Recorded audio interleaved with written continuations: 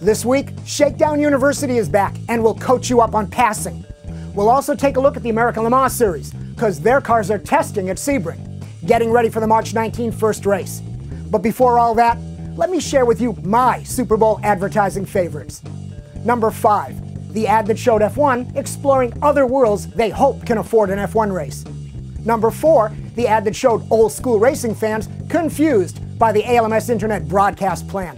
Number 3, the ad that showed NASCAR's definition of the big changes it's making to regain fans.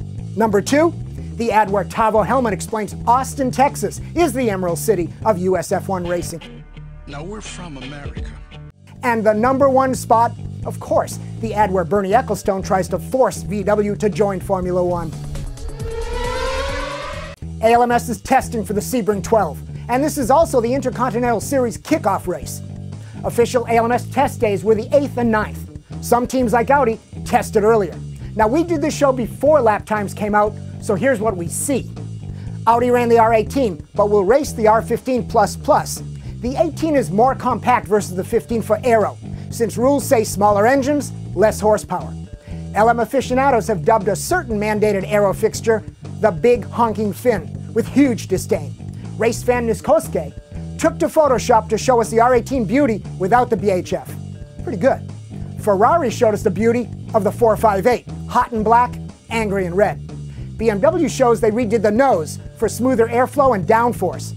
Corvette shows its aero-tweaked front fender and rear corners. And Lambo showed up. Not much going on in ALMS LMP. Audi and Pug are intercontinental only, so the ALMS LMP news is just the muscle milk Aston Martin. Got milk? I got sexy. 2011 ALMS is really a GT deal. 18 cars, 4 Ferrari, 4 Porsche, and 2 each Corvette, BMW, Lambo, Ford GT, and the Jag-Offs. Leave it to the fans to put the Jaguar mess into perspective. At AmericanLeMansFans.com, commenter Moving Chicane wrote, "The 2011 Sebring schedule shows a March 14, 6 p.m. disaster planning meeting. What is this?" Sebring Sprite responded, "Of course, it's the Jaguar team meeting." Oh my God. Okay, time for Shakedown University. You know, we need to pick a school mascot, and I'm open for suggestions. Derek D wearing only a racing tire around his waist? Not as good as what Ken Block came up with for 2011.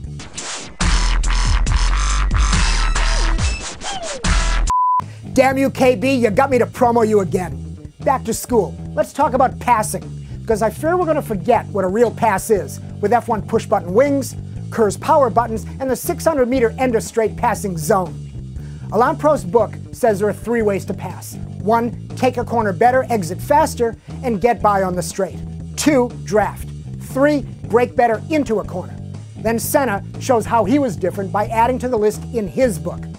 Force the other guy into a mistake. Or just screw risk, go for it, and make it happen. But even Senna talks technique. Here's what he and others do. Passes don't just happen. They're planned out. So number 1, study your opponents to find weaknesses or where you are faster. Planning passes doesn't mean you're not opportunistic. Always be pass alert. Be Senna. Be creative, looking for opportunities. Put pressure on the other guy to force errors. Number 2, timing. When you make a pass is determined where you are in the race. Only at the end should you be doing the risky business thing. Up to that point, don't waste time, but set up for the lowest risk opportunity. Now, how do we make that happen? Number 3, think the whole pass through.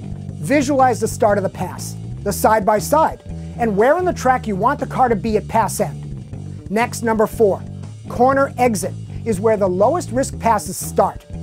Carry more speed onto the straight, and you pass or draft before this all becomes a who's going to brake latest, high-risk ball check. So how do we get the corner exit advantage? By not tailgating through the corner, giving yourself room to make a faster run through the corner. By dropping back, you're setting up the pass, not losing ground. There are times when it will come down to an outbraking maneuver. Then it's number 5, drive your car.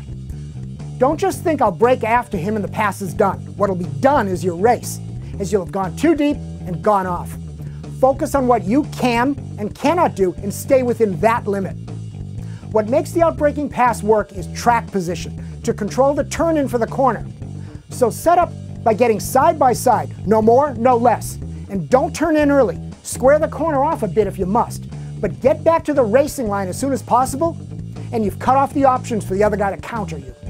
Oh, and for those racers that hug the inside into the corner, know that they now have to be later on the gas and slower mid-corner. So watch for the opportunity to get side by side on the outside. Then control them on corner exit. You'll win the pass on the straightaway. You know, I promise more on passing and other skills in future shakedowns, and some track days or sim game demos. But this should keep you thinking and practicing for now, right? So F1's going to paint up the track with lines marking the 600-meter wing use passing zones. One line where it starts, two lines in the preceding corner to gauge the 1 second gap required to use the wing.